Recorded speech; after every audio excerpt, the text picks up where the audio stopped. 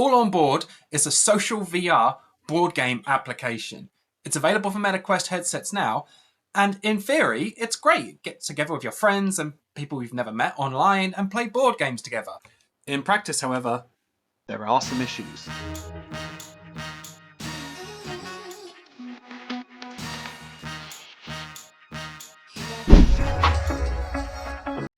The game has launched with a small selection of board games available on day one. 4, in fact, including chess and checkers, and then there's a few others that are available as paid DLC. You can play with friends in a private room or have public matches against people across the internet. You can share a code that allows people to join your room. You can watch other players playing in spectator mode or have other players watch you. If there's 3 or 4 of you sharing a room, maybe you're going to arrange a tournament style system or something similar. Winner stays on maybe. But that system has to be made by you. There is no inbuilt functionality to arrange these kind of things. And this is where the crux of All On Board really comes. The fact is that All On Board makes no provisions for it being a video game. Once you've set your room and invited your friends and you enter the space, you'll be presented with a table featuring the board game of your choice. All is well and good. However, once you start playing, you'll realise that there is no structure to the game. It's simply like having a real-life board in front of you. You can move pieces around in any shape or fashion. There is no tutorial telling you how to play these games, and no system that says, for example in chess, when you pick up a knight, which squares that piece can move to. You can even pick up your opponent's pieces and move them around the board haphazardly. There is no system in place to tell you when you're successful in a move or when you fail, and no kind of barriers at all. Even to the point that when playing chess, as an example, if you take your opponent's piece, you have to remove your opponent's piece from the board before you can move yours into its spot. Now, in reality, this is fine in a real world game because there is context that comes to that. You are picking up your piece, moving it, removing the opponent's, and both players understand what's happening here. But in VR, you are removed from that. There is a layer of distancing that All On Board doesn't seem to have accommodated for. What's more, the control system is super annoying.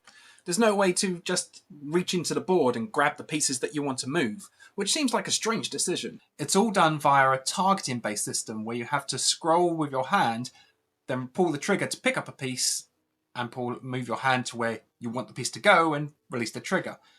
There's no immediate just reach in and grab. In fact, holding the grab button moves the world around you, which would be fine.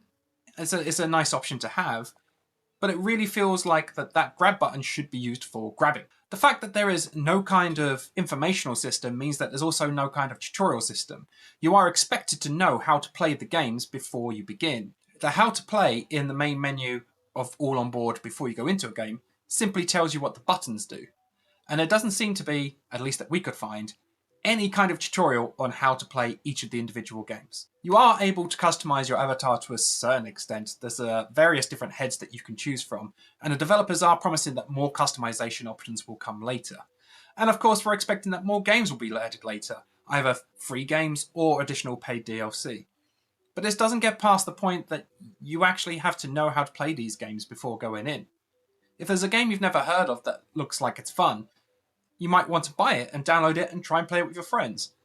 But there's no tutorial system on how to play these games, so unless one of your friends is willing to teach you in VR, or in real life on a real board and then go and play in VR, you're not going to be compelled to buy these additional features. The visual design of All On Board is perfectly fine. The pieces that you're playing with look nice, and the environments that you're in are great, and the ability to communicate with friends that are maybe halfway across the world or that you haven't seen in a long time and play these games together is wonderful.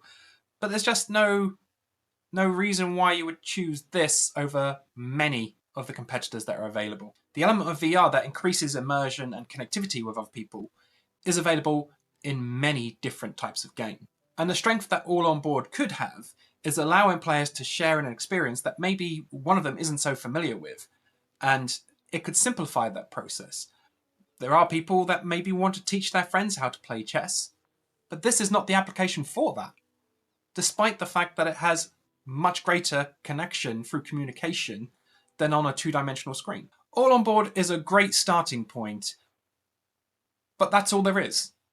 There's much more that needs to be done in order to make this the application to go to for social board games in VR, which is ultimately where Shaw wants to be. As it stands, it's a decent price, £7.99 or your local currency equivalent, and it shows that it could be a good experience, a fun social experience for you and your friends to enjoy.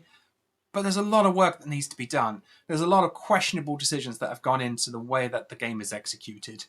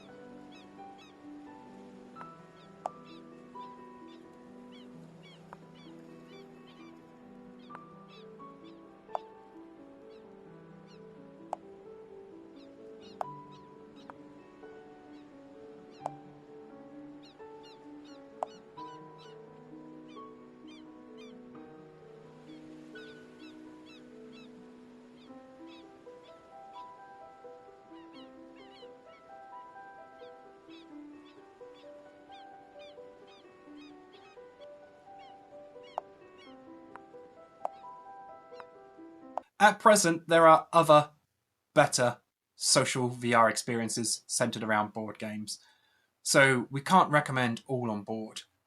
However, give it some time. Let's see what the developers do and how the game progresses in the weeks, months, and years from now. Maybe one day we'll come back and go, actually, they fixed these issues. This is now a great platform for entertaining your friends, for learning new things, and for being social.